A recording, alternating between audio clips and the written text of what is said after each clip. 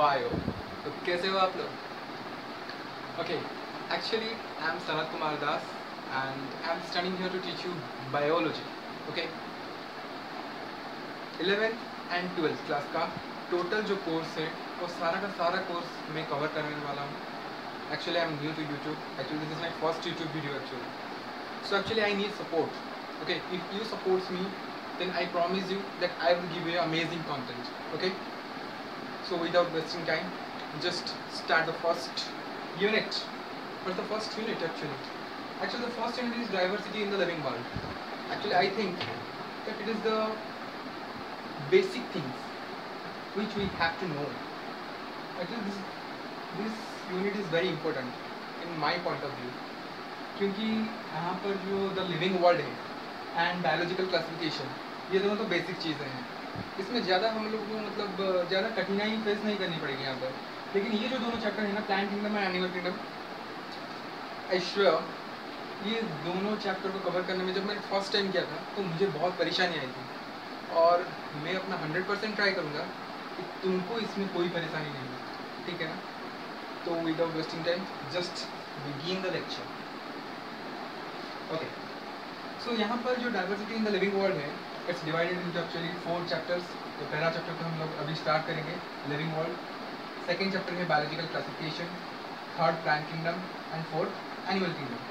Okay, so यहाँ पर actually मेरा जो स्ट्रैटेजी होगा वो क्या होगा, मेरा कोर्स जो होगा वो एनसीईआरटी बेस्ड होगा. बट यहाँ पर जितने भी चैप्टर्स मैं एनसीईआरटी से पढ़ाऊँगा, आई थिंक दैट एनसीईआरटी में सफिशिएंट थिंग्स नहीं है जो कि एक नॉर्मल बच्चे को झट से पढ़े तो समझ में आ जाए. बायोलॉजी कोई रट्टा लगाने की चीज़ नहीं है. ओके, बायोलॉजी इज़ नॉट रट्टाफिकेशन. We have to just know everything. Okay, हम लोगों को समझना पड़ेगा क्योंकि बायोलॉजी कोई रट्टा मारने का सब्जेक्ट नहीं है. मैं पहले ही बता रहा हूँ, क्योंकि मैं बायोलॉजी ऐसे पढ़ाना चाहता हूँ कि तुम लोगों को रटना ना पड़े यार. क्योंकि मुझे ये रटने से मतलब बहुत एलर्जी है मुझे, क्योंकि मुझसे तो रटना होता ही नहीं भाई. मैं तो समझ के पढ़ता था और समझ के अभी भी पढ़ रहा हूँ. ठीक है, so okay, without wasting time just start the lecture. So friends, NCERT के फर्स्ट जब चैप्टर शुरू हुआ है, सारे चैप्टर्स के स्टार्टिंग पॉइंट में एक एक साइंटिस्ट के फ़ोटो के साथ उनके बारे में कुछ लिखा गया है. तो पहले तो हमको उसको कवर करना है, क्योंकि उससे एग्ज़ाम में बहुत सारे क्वेश्चंस बनते भी हैं. क्योंकि अगर तुम पिछले 32 ईयर्स, वो तो बहुत हो जाएगा, पिछले 10 साल के मतलब प्रीवियस 10 ईयर्स के सारे क्वेश्चन पेपर उठा के देख लो, उसमें इसमें क्वेश्चंस होगा ही होगा. ठीक है, तो इसको हम पहले कवर करेंगे. तो फर्स्ट लिविंग वर्ल्ड में जो फर्स्ट साइंटिस्ट हैं उनका नाम है अर्नस्ट मेयर. तो उनका तो कुंडली खोलना पड़ेगा. चलो खोलते हैं. सो जन्म कब हुआ उनका? Born in 1904. ओके, 1904 5 जुलाई में उनका जन्म हुआ. And is the most important thing that he known as the Darwin of 20th century. Okay, this is the most important point. I will write it here. This point is important. Okay, and उनका जो main research था जिससे हमें ornithology के बारे में पता चला, zoology, taxonomy, evolution, geography and systematics. These are the most 2 important things, taxonomy and systematics. Okay, इस दोनों हिस्से में, टैक्सोनॉमी एंड सिस्टमैटिक्स में उनका बहुत बड़ा योगदान है. ठीक है, और इसी के लिए उनको जो प्राइज़, 3 प्राइज़ मिले थे, इसको याद रखना, ये तीनों इम्पोर्टेंट है. ओके, एक तो मिला था Balzan prize in 1983 and international prize for biology 1994 and Crafoord prize in 1999. Okay, and मरे कब थे? पूरा सेंचुरी गया था. ठीक है, 100 of year in year of 2004. So scientist का बात खत्म हुआ. अब चलो एक्चुअल चैप्टर्स खुद शुरू करते हैं. सो जब लिविंग वर्ल्ड की बात आता है, हम लोग चैप्टर किससे शुरू करेंगे? Living world. इसका मीनिंग समझ रहे हो? Best thing, living. पहली चीज़ तो ये है लिविंग. लिविंग किसको कहते हैं हम लोग? जिसके पास लाइफ हो. पहली थिंग तो ये होना चाहिए ना, life. So how can we define life?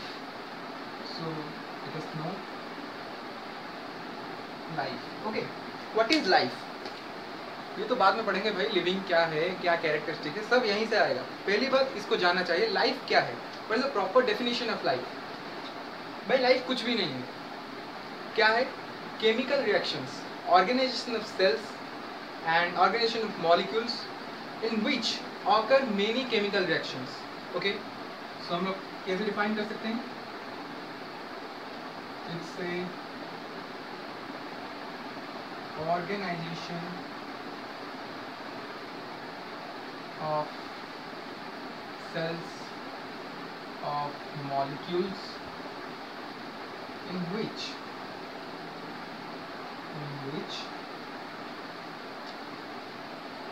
many chemical reactions occurs. Okay, chemical reaction होता है भाई, रेस्पिरेशन से लेकर खाद्य के पाचन तक सब कुछ केमिकल रिएक्शन है। रेस्पिरेशन, सांस अंदर लो, ग्लूकोज टूटता है, उससे एनर्जी निकलता है, केमिकल रिएक्शंस। अब पाचन तंत्र होगा, कैसे होगा? जो तुम्हारे स्टोमक में होता है, वो भी तो भाई केमिकल रिएक्शंस ही है ना। तो वही सब लाइफ का प्रॉपर डेफिनेशन ये है, note it down please. Okay, उसके बाद हम लोग चलते हैं। अब अगर हम लोग एक नॉर्मल लोग को पूछेंगे कि भाई लाइफ क्या है, मतलब लिविंग बींग्स हम किसको कह सकते हैं, किसको हम बोल सकते हैं कि भाई ये लिविंग है एंड ये नॉन लिविंग है, डिफरेंशिएट कैसे करेंगे? तो अगर आदमी को, अगर एक नॉर्मल इंसान को हम लोग पूछेंगे तो क्या बताएगा हमको कि भाई जो सांस ले सकता है, जो रेस्पिरेशन कर सकता है, और जो मूव कर सकता है, जिसका एजिंग होता हो, कुछ एडेप्टेशन होता हो, ग्रोथ होता हो, रिप्रोडक्शन होता हो, मेनी कैरेक्टरिस्टिक्स। बट एनसीईआरटी में 5 फंडामेंटल कैरेक्टरिस्टिक्स दिए गए, ठीक है? तो चलो उसको नोट डाउन करते हैं। पहले तो यहाँ पर है ग्रोथ, फिर रिप्रोडक्शन। अभी बताऊंगा कौन सा कैरेक्टरिस्टिक्स डिफाइन है, define characteristics and non defining characteristics, सब बताऊंगा। ग्रोथ है, रिप्रोडक्शन है, मेटाबॉलिज्म है, ओके, एंड सेल्यूलर ऑर्गेनाइजेशन हैं, ये बहुत सारे हैं, ठीक है? तो इसके अंदर से इनको 2 कैटेगरीज में डिफरेंशिएट किया गया है। क्या क्या है? चलो देखते हैं। पहला तो है तुम्हारा, कलर चेंज करते हैं। एक तो तुम्हारा हो गया डिफाइनिंग कैरेक्टरिस्टिक्स,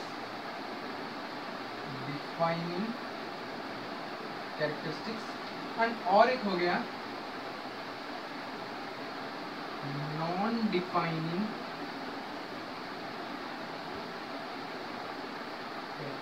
ओके, तो इसमें क्या क्या आएगा, हम लोग कैसे ये डिफरेंशिएट करेंगे कि भाई ये डिफाइनिंग फीचर है और ये नॉन डिफाइनिंग फीचर है, ठीक है? कैसे डिफरेंशिएट करेंगे? तो पहली बात तो मुझे इसमें से ये बताओ, इसमें से कौन नॉन डिफाइनिंग है और क्यों है? पहले सोचो, ये पहला क्या है? ग्रोथ है। भाई अगर सोचो, हम लोग अगर लिविंग बीइंग को ग्रोथ के इस कैरेक्टरिस्टिक के ऊपर हम लोग उसको बेस करके अगर हम लोग डिफाइन करेंगे कि भाई ये लिविंग है या नहीं है, क्या हम लोग कर पाएंगे? एक बार सोचो, अगर तुम लोग बोलते हो कि हाँ ये डिफाइनिंग प्रॉपर्टी है, तो एक बार सोचो, क्या नॉन लिविंग बीइंग का ग्रोथ नहीं होता? होता है। तुम लोग गलत सोच रहे हो, होता है। अगर तुम लोग देखोगे, छोटी सी बात रहा हूँ, छोटी सी एग्जांपल बता रहा हूँ, स्नो माउंटेन जहाँ पर भी स्नोफॉल होता हो, ठीक है, वहाँ पर एक रात में, सपोज ये ग्राउंड तुम्हारा, ठीक है, एक रात, सपोज आज कितना है, आज को 11 सितंबर है ना, 11 सितंबर को स्नोफॉल हुआ, तो इतना बर्फ यहाँ पर जमा हुआ। 12 सितंबर को, मतलब कल, आज रात में मतलब स्नोफॉल होगा, तो कल ये कुछ ऐसा बढ़ गया होगा। अगर इसका हाइट 2 सेंटीमीटर होगा या मीटर होगा, जो भी हो, तो इसका हाइट जो भी हो इससे ज़्यादा आएगा कि नहीं? मतलब इसका ग्रोथ हो गया। मैं बोलो तो मैं बोल रहा हूँ, ये जो स्नो स्टोन या माउंटेन जो भी बोलो, ये एक लिविंग बीइंग है, मान लोगे क्या? नहीं ना? तो फिर ग्रोथ एक नॉन डिफाइनिंग प्रॉपर्टी हो गया, ठीक है। अगर अब तुम जाओगे रिप्रोडक्शन के ऊपर, भाई रिप्रोडक्शन एक डिफाइनिंग प्रॉपर्टी है या नॉन डिफाइनिंग प्रॉपर्टी है? फिर से वही बात भाई, जो सन्यासी जाके बैठे हुए हैं ना हिमालयन के ऊपर, उनको रिप्रोडक्शन नहीं करना है, मतलब क्या हुआ? वो लोग नॉन लिविंग है क्या? नहीं है ना। तो फिर reproduction is a also a non defining character. सब लिखूंगा भाई, तकलीफ क्यों लेते हो? अभी मेटाबॉलिज्म के ऊपर आ जाओ। मेटाबॉलिज्म कोई भी नॉन लिविंग बीइंग में मेटाबॉलिज्म नहीं दिखने मिलता।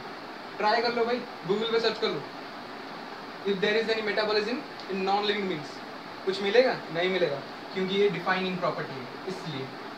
और भाई सेलुलर ऑर्गेनाइजेशन, अब तुम बोलोगे भाई नॉन लिविंग बीइंग्स के अंदर सेलुलर ऑर्गेनाइजेशन होता है, ऐसा हो सकता है कभी? नहीं हो सकता है, इसीलिए this one is a defining characters. Okay, so let's write it down. कौन कौन सा जाएगा डिफाइनिंग मतलब नॉन डिफाइनिंग प्रॉपर्टी में, और कौन कौन सा जाएगा कैरेक्टरिस्टिक्स डिफाइनिंग प्रॉपर्टी में? किसको हम नहीं ले सकते हैं डिफाइनिंग प्रॉपर्टी के अंदर, किसको नहीं ले सकते हैं डिफाइनिंग प्रॉपर्टी के अंदर? अभी समझाया? चलो जल्दी जल्दी बताओ। फर्स्ट क्या हो गया? Can't be taken as growth हो गया। ओके, सेकंड क्या हो गया? रिप्रोडक्शन हो गया। ठीक है, ये दो इंपॉर्टेंट फीचर्स हैं। अभी मैं सबके बारे में इंडिविजुअली बताऊंगा, ठीक है? और इसमें आ गया क्या? पहली बात तो metabolism.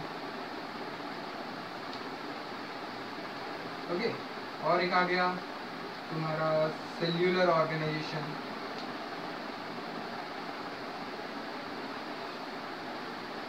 Okay, and third one is which is consciousness. यही 5 कैरेक्टर्स के मतलब संबंध सारे के सारे इंफॉर्मेशन एनसीईआरटी के अंदर है, लेकिन बाकी के जो कैरेक्टर्स हैं उसके बारे में कोई भी इंफॉर्मेशन एनसीईआरटी के अंदर नहीं है। तो हम लोग उसको एक्स्ट्रा एज में कवर करेंगे। पहले इसको सब खत्म हो जाने दो, उसके बाद मैं और एक लेक्चर लूँगा तुम्हारा, जिसमें हमारा एजिंग हो गया और एडेप्टेशन हो गया और बहुत सारे कैरेक्टरिस्टिक्स हैं जिसके बारे में मैं तुम्हें बताऊंगा। डेफिनेट शेप एंड साइज हो गया, उसके ऊपर बहुत सारे हैं जिसके बारे में मैं तुम्हें सारे के सारे इन्फॉर्मेशन दूंगा। ऐसा कोई भी इन्फॉर्मेशन नहीं छूटेगा, आई प्रॉमिस यू, ऐसा कुछ भी नहीं छूटेगा जो कि एग्जाम में आए और तुम करके ना आ पाओ। Okay, so let's start it. So चलो, पहला फीचर जो है रिप्रोडक्शन, उसके तरफ इशारे करते हैं। भाई रिप्रोडक्शन के बारे में कुछ जानते हैं। फर्स्ट पॉइंट क्या आएगा? फर्स्ट तो यही आएगा ना भाई, can't be taken as defining property. Okay, पहला पॉइंट तो ये आएगा। सेकेंड पॉइंट तुम्हारा जो आएगा, और ये बहुत ही इंपॉर्टेंट पॉइंट है, तुम लोग सोच रहे होगे कि भाई ये बहुत मतलब हल्के से ले रहे होगे, लेकिन मैं एक बात बता दूं, पीएमटी में इसका क्वेश्चन आया था, कैंट बी टेकन एज, मतलब ऐसे क्वेश्चन आएगा। मैं तुम्हें डीपीपी प्रोवाइड करूंगा, ठीक है? टेलीग्राम चैनल का लिंक डिस्क्रिप्शन में है, just subscribe this channel, then you can get DPP. Okay, can be taken as defining property and another is reproduction is synonyms। भाई किसके से समान है? ग्रोथ।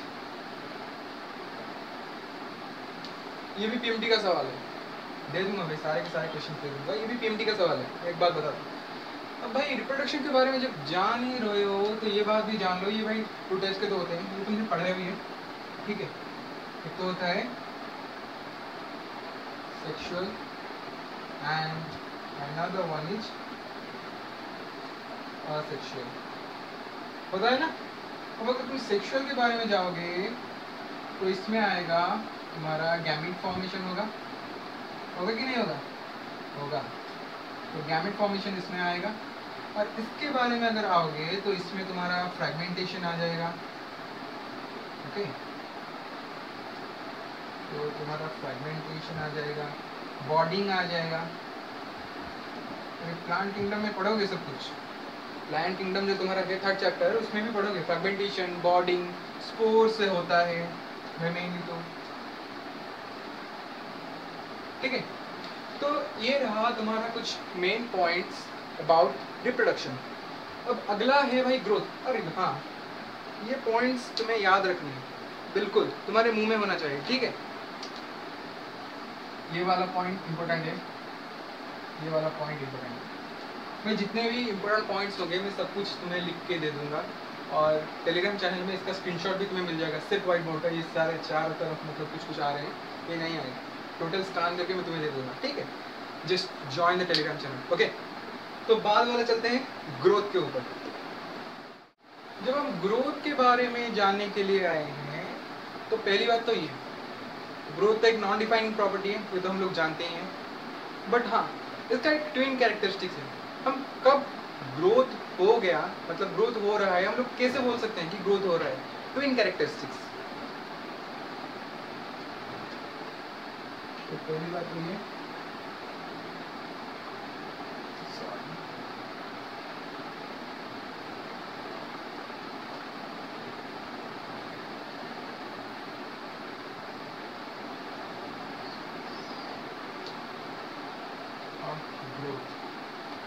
भाई क्या है ट्विन कैरेक्टरिस्टिक्स बताओ?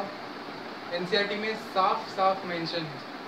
ट्विन कैरेक्टरिस्टिक्स क्या है? इंक्रीज इन मास, ये तो एक पहला कैरेक्टरिस्टिक्स है, and other one is increase in number of individuals. Okay, so increase in mass and increase in number of individuals is the twin characteristics of growth. And ये PMT में आ चुका है, मैं बाद में इंपॉर्टेंट तुम्हें मार्क कर दूंगा, ठीक है। सेकंड पॉइंट, अब क्या बोल सकते हैं ग्रोथ के बारे में? भाई एक पॉइंट है एनसीईआरटी में, चलो लिख के बता देता हूँ। रिप्रोडक्शन, अब तुम लोग सोच रहे हैं रिप्रोडक्शन का जिक्र क्यों किया है यहाँ पर? रिप्रोडक्शन में बारे में पता है ना, जो पहले तुम्हें बताया रिप्रोडक्शन में कि reproduction is synonyms to growth, ठीक वैसे ही ग्रोथ में भी reproduction and growth both are exclusively mutually exclusive event, we can say. It's also मतलब तुम्हारे एनसीईआरटी में भी साफ साफ ये मेंशन है, ठीक है। Reproduction and growth are mutually exclusive events। क्योंकि भाई तुम ज़्यादा डिफरेंशिएट नहीं कर सकते दो को। रिप्रोडक्शन किसे कहते हैं, ग्रोथ किसे कह सकते हैं? भाई रिप्रोडक्शन तो तभी होगा ना जब increase in number of individuals. ये तो मतलब तुम्हारा रिप्रोडक्शन का डेफिनेशन हो गया, ये increase in number of individuals. इसीलिए रिप्रोडक्शन और ग्रोथ को म्यूचुअली एक्सक्लूसिव इवेंट्स कहा गया है, ठीक है। तो ग्रोथ भाई हमने तो बताया नॉन डिफाइनिंग प्रॉपर्टी है, फिर भी लिविंग बींग्स में तो दिखाई देता है। तो डिफरेंस क्या है लिविंग बींग्स में ग्रोथ और नॉन लिविंग बींग्स में ग्रोथ? तो भाई देखो, ग्रोथ जो है it's divided into two types, ठीक है। मैं अभी इसको एक मिनट,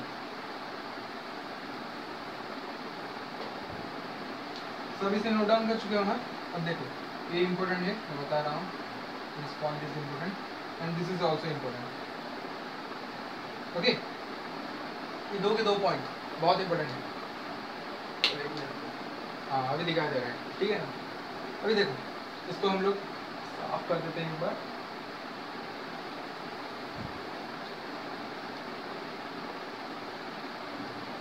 मैं देखो जो ग्रोथ के बारे में हम लोग बता रहे हैं, एक तो हो गया हम लोग बोलते हैं इंटरसेप्शन, ओके, इंटरसेप्शन, और एक हो गया accretion, okay। so what is interception and what is accretion? इसमें से कौन सा लिविंग बींग्स में होता है, कौन सा नॉन लिविंग बींग में होता है, हमको तो पता नहीं है, चलो पता करते हैं। भाई इंटरसेप्शन जो होता है ये इंटरनल ग्रोथ होता है, समझ में आ रहा है ना? ये होता है इंटरनल ग्रोथ और ये होता है एक्रीशन एक्सटर्नल ग्रोथ। जो स्नोफॉल का एग्जांपल दिया था ना, वो किस में जाएगा? ऑब्वियसली भाई एक्रीशन में जाएगा, क्योंकि लिविंग बींग्स में हाँ इंटरसेप्शन होता है लिविंग बींग्स में, ठीक है, और एक्रीशन होता है नॉन लिविंग बींग्स। ओके, तो भाई ग्रोथ खत्म हो गया। इसका एक इम्पोर्टेंट पॉइंट मैंने जो पहले बताया अभी, उसको बहुत मतलब ध्यान से याद रखना है। Growth and reproduction are both are mutually exclusive events, क्योंकि ये पीएमटी में आ चुका है और किसी में भी आ सकता है, ठीक है। तो चलो नेक्स्ट पे बात करते हैं। सो गाइस, जब हम मेटाबॉलिज्म के ऊपर आएंगे तो मेटाबॉलिज्म में एक चीज देखो तुम, मेटाबॉलिज्म किसे कहते हैं? पहली बात तो metabolism is the process by which all the living organisms assimilate energy assimilate करते हैं to perform various life process। क्या करने के लिए? परफॉर्म करने के लिए various life process। एक मिनट कलर चेंज करते हैं अच्छे से रहेगा, ठीक है। assimilate energy, perform various life process, बस इतना याद रखो। क्यों करते हैं, क्या करते हैं उसमें, बस यही याद रखो। सच एज क्या करने के लिए करते हैं? ग्रोथ, रिप्रोडक्शन हो गया, मूवमेंट हो गया, जो भी चीज़ तुम लोग करते हो, ठीक है, जो भी वर्क तुम करते हो वो सिर्फ मेटाबॉलिज्म के तहत ही पॉसिबल होता है, ठीक है। अभी अगर मेटाबॉलिज्म के ऊपर आओगे तो भाई तुम बोलोगे कि ये डिफाइनिंग प्रॉपर्टी है।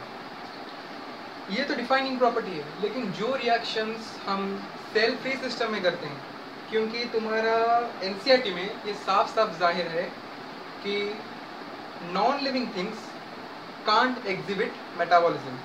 However, in vitro जो भी चीज़ होता है, यहाँ पर लिखा है metabolic reaction can be demonstrated in cell-free system। अब इससे हम लोग पॉइंट आउट करते हैं पहले, ठीक है, क्योंकि ये इम्पोर्टेंट है, यहाँ पे समझने में थोड़ी दिक्कत होती है।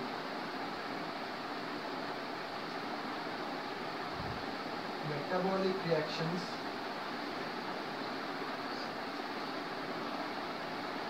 can occur in cell-free system। Okay, तो यहाँ पे मेन पॉइंट क्या है? सेल फ्री सिस्टम में हम लोग मेटाबॉलिज्म रिएक्शंस कर रहे हैं, इसका मतलब तो भाई ये नॉन डिफाइनिंग प्रॉपर्टी हो गया। ऐसा है क्या? नहीं है ऐसा। क्यों नहीं है? क्योंकि हम लोग जो बोलते हैं ना सेल फ्री सिस्टम में करते हैं, मतलब किस में करते हैं? In vitro. अब भाई कुछ बच्चों को तो ये भी नहीं पता होगा कि इन विट्रो क्या होता है। हम लोग बोल तो देते हैं भाई बड़े जोर से, इन विट्रो फर्टिलाइजेशन करते हैं। भाई विट्रो के मतलब क्या है बताओ? इन विट्रो फर्टिलाइजेशन का मतलब, विट्रो का मतलब होता है, ये जो विट्रो है ना, विट्रो इसका मतलब होता है ग्लास। इन ग्लास, कोई भी कांच की चीज में अगर तुम मेटाबॉलिक रिएक्शंस में कुछ भी करो तो उसको हम लोग इन विट्रो बोलते हैं, ठीक है। तो जो भी metabolic reactions in vitro perform किया जाते हैं, मतलब वो सारे के सारे रिएक्शंस लिविंग तो होते हैं, रिएक्शंस लिविंग होते हैं, बट वो नॉन लिविंग थिंग्स होते हैं, that's not living things. So metabolism can be taken as a defining property. Okay, so I think it's complete. No no no, it's not complete. अब तुम्हें यहीं पे बता देता हूँ कि भाई जो मेटाबॉलिज्म होता है उसमें एनाबॉलिज्म और कैटाबॉलिज्म भी तो इन्वॉल्व है ना। चलो, तो अब जान ही रहे हैं तो सब क्यों नहीं जानते? Metabolism divided into two parts, मतलब ये दोनों चीज को लेकर ही मेटाबॉलिज्म बना। एक तो हो गया तुम्हारा एनाबॉलिज्म और एक हो गया कैटाबॉलिज्म। भाई ये एनाबॉलिज्म क्या है? पहली बात एनाबॉलिज्म है, पहली बात constructive metabolism. Okay,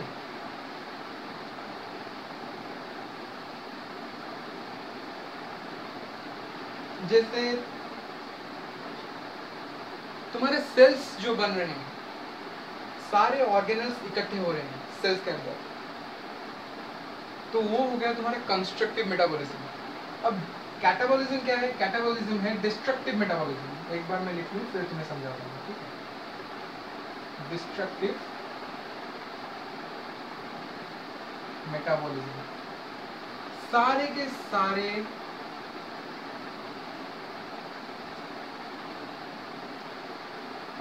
constructive reactions इसमें होंगे, सारे के सारे ब्रेक डाउन रिएक्शंस जितने होंगे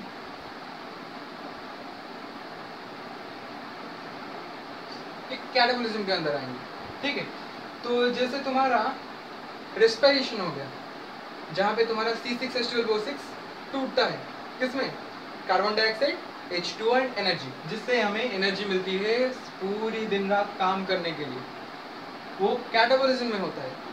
और एनाबॉलिज्म में सारे के सारे कंस्ट्रक्टिव रिएक्शंस होते हैं, ओके? सो ये तो हमारा खत्म हो गया मेटाबॉलिज्म। अब नेक्स्ट चलते हैं। जब हम ऑर्गेनाइजेशन की बात करेंगे तो ऑर्गेनाइजेशन भाई क्या है? मुझे पता है, मैंने तुमको सेलुलर ऑर्गेनाइजेशन के बारे में बताया था, लेकिन जब हम ऑर्गेनाइजेशन के बारे में बात करेंगे सो व्हाट इज ऑर्गेनाइजेशन?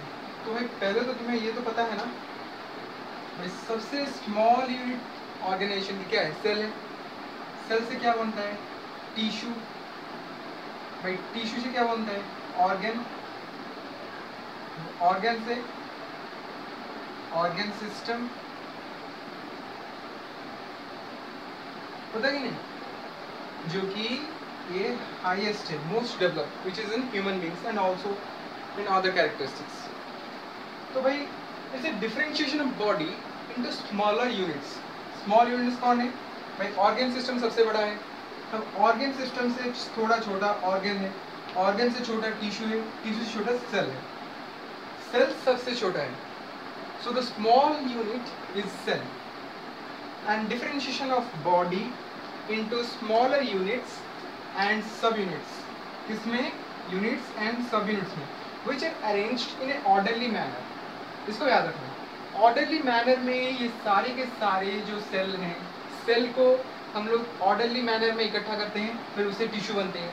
बहुत सारे टिश्यू को orderly manner में और मतलब इकट्ठे करने में ऑर्गन बनता है। तो भाई अगर देखो, ये जो मेरा हाथ है, मेरा क्या सबका है भाई, ये जो हाथ है इसमें तो भाई ये तो एक ऑर्गन सिस्टम है ना, है कि नहीं? ऑर्गन सिस्टम ही है। तो ये ऑर्गन सिस्टम किससे बना है? और मतलब ये एक ऑर्गन है, ये ऑर्गन टिश्यू से बना है, टिश्यू सेल से बना है। अब भाई अगर सेल को, भाई जो भी लाइफ बनाया है, अगर भगवान ने सारे सेल को इकट्ठे करके मेरे ऐसे एक गोलाकार सेल पिंड मतलब तैयार कर देता है, मतलब बॉल बना देता है, तो यहाँ पर तो मेरे हाथ की जगह बॉल होता ना, होता कि नहीं? जिससे मैं कुछ काम काज कर पाता? नहीं तो कर पाता। बस वही एक ऑर्डरली मैनर में हमको इसे इकट्ठा करना है, तभी जाके एक प्रॉपर शेप्ड ऑर्गन बनेगा, और प्रॉपर शेप्ड ऑर्गन से ऑर्गन सिस्टम बनेगी, जो कि ह्यूमन बॉडी या फिर जो भी लिविंग बींग्स तो नहीं बोल सकते हैं, एनिमल्स बॉडी जो भी हो, आगे पढ़ेंगे भाई, एनिमल किंगडम में सबका सब पढ़ेंगे, ठीक है? और मैं ऐसे बताऊंगा ना, उसमें बहुत सारे न्यूमोनिक्स भी हैं। तो भाई एक बात मैं बताना चाहता हूँ कि जो बच्चे जो प्रिफर करते हैं ना न्यूमोनिक्स को, मैं प्रिफर नहीं करता हूँ। फिर भी जहाँ जहाँ ज़रूरत पड़ेगी, बहुत ज़रूरत पड़ने पर मैं एक एक न्यूमोनिक्स दूंगा, ज़्यादा नहीं दूंगा। क्योंकि भाई मैं पहले बता रहा हूँ, बायोलॉजी ऐसा सब्जेक्ट है ना जिसमें अगर तुम न्यूमोनिक्स नहीं बनाते रहोगे ना तो इतने न्यूमोनिक्स हो जाएंगे, उससे एक बुक बन जाएगी। भाई उससे कैसे याद रखोगे? उससे याद रखोगे तो बायोलॉजी से पूरे छूट ही जाओगे, तुम्हें कुछ समझ नहीं आएगा, बायोलॉजी सिर्फ रट्टा मारोगे, कोई लाभ नहीं है उसका, ठीक है? और भाई यहाँ पर देखो, due to presence of organization, organizations के प्रेजेंट, इसीलिए हम living being called organism, okay? Organism किस लिए कहते हैं? अब पता चला भाई, organization of this organ system हम बोलते हैं ऑर्गेनिज्म। ह्यूमन बीइंग एक ऑर्गेनिज्म है, क्यों है? जिसमें ऑर्डरली मैनर में सारे के सारे ऑर्गन सिस्टम्स मतलब ऑर्गन्स अवेलेबल हैं, okay?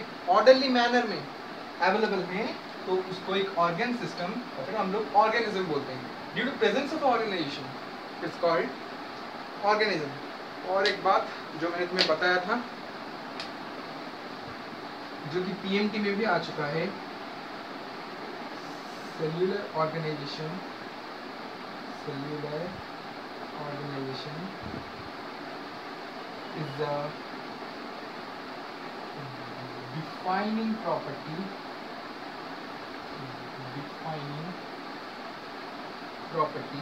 of living being. Okay, ये ऑल इंडिया पीएमटी एग्जाम है, ये आ चुका है। मैं बताऊंगा, जो बता दे रहा हूँ ना ऐसे कि पीएमटी में आता है, ये पीएमटी में आता, कैसे आया था भाई, ऐसे तो थोड़ी ना आता होगा। सब बता देंगे आंसर, मैं दूंगा। इसको बहुत कंफ्यूजिंग करके दिया गया था। मैं उस सारे के सारे क्वेश्चंस वीडियो में अपलोड करूंगा, तो भाई प्लीज़ मैं सब्सक्रिप्शन तो नहीं मांगता हूँ भाई, टेलीग्राम चैनल ज्वाइन करना, क्योंकि उसमें तुम्हारा ही लाभ है, क्योंकि उसमें मैं डीपी भी दूंगा और बहुत सारे ऐसे क्वेश्चंस दूंगा जिसको लगाने से ना तुमका मेंटल स्किल बहुत डेवलप होगा। ठीक है, तुम्हारा मेंटल स्किल बहुत डेवलप होगा, I guarantee. Okay, so next चलते हैं। ऑर्गेनाइजेशन के बाद लास्ट वाला जो एनसीईआरटी की तरफ से है, कॉन्शियसनेस, बहुत अच्छा है, चलो देखते हैं। अब last and final, it's not final I can say, क्योंकि इस लेक्चर का ये तो लास्ट मतलब कैरेक्टरिस्टिक्स है, लेकिन next lecture daily lectures upload होंगे। ठीक है, डेली लेक्चर्स अपलोड होंगे। सो नेक्स्ट लेक्चर में तुम्हें कुछ एक्स्ट्रा एज कैरेक्टरिस्टिक्स भी बताऊंगा, लेकिन एनसीईआरटी के बेस में आज हम जो है ना सब टॉपिक व्हाट इज लिविंग उसको ख़त्म करने वाले हैं कॉन्शियसनेस के बारे में जानने के बाद। भाई कॉन्शियसनेस क्या है? All living organism can sense करने को ही कॉन्शियसनेस बोलते हैं। रेस्पॉन्ड टू एक्सटर्नल और internal stimuli, in short respond to external and internal stimuli is consciousness. भाई एक बहुत ही अच्छा बात क्या है पता है, सिर्फ ह्यूमन बींग्स ही ऐसे ऑर्गन सिस्टम मतलब ऑर्डरली मैनर में ऑर्गन सिस्टम है जिसके पास ह्यूमन बींग सेल्फ कॉन्शियसनेस है। It's very important. ये पीएमटी में आया था, ठीक है, प्री मेडिकल टेस्ट। और कॉन्शियसनेस एक डिफाइनिंग प्रॉपर्टी भी है। अब भाई क्यों, ये तो मैंने बता दिया, क्योंकि अगर तुम एक पत्थर को टच करोगे तो उसको कुछ सेंस होगा क्या? वो कुछ रिएक्ट करेगा? नहीं करेगा। जैसे तुम लोग बोल सकते हो, लेकिन डिफाइनिंग प्रॉपर्टी क्यों है? अब लाजवंती जो प्लांट है, लाजवंती, उसमें कॉन्शियसनेस है, क्योंकि टच करने के बाद उसके सारे पत्ते ऐसे मुरझा जाते हैं, होता है कि नहीं? वही। और एक बहुत ही अच्छा मतलब ये पीएमटी 2005 का क्वेश्चन है एक्चुअली, ठीक है, पीएमटी 2005 में पूछा गया, बहुत ही इंपॉर्टेंट सवाल है जिससे बहुत सारे बच्चे छोड़ के आ गए थे। ठीक है, photo period affects reproduction in seasonal breeders. Photo period reproduction किस में अफेक्ट करता है? सीजनल ब्रीडर्स में।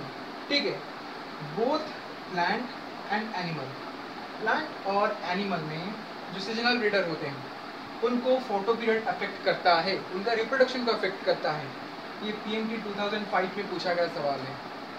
सो फ्रेंड्स, आज के लिए इतना था, लेक्चर अभी ख़त्म करने वाला हूँ, ख़त्म हो गया।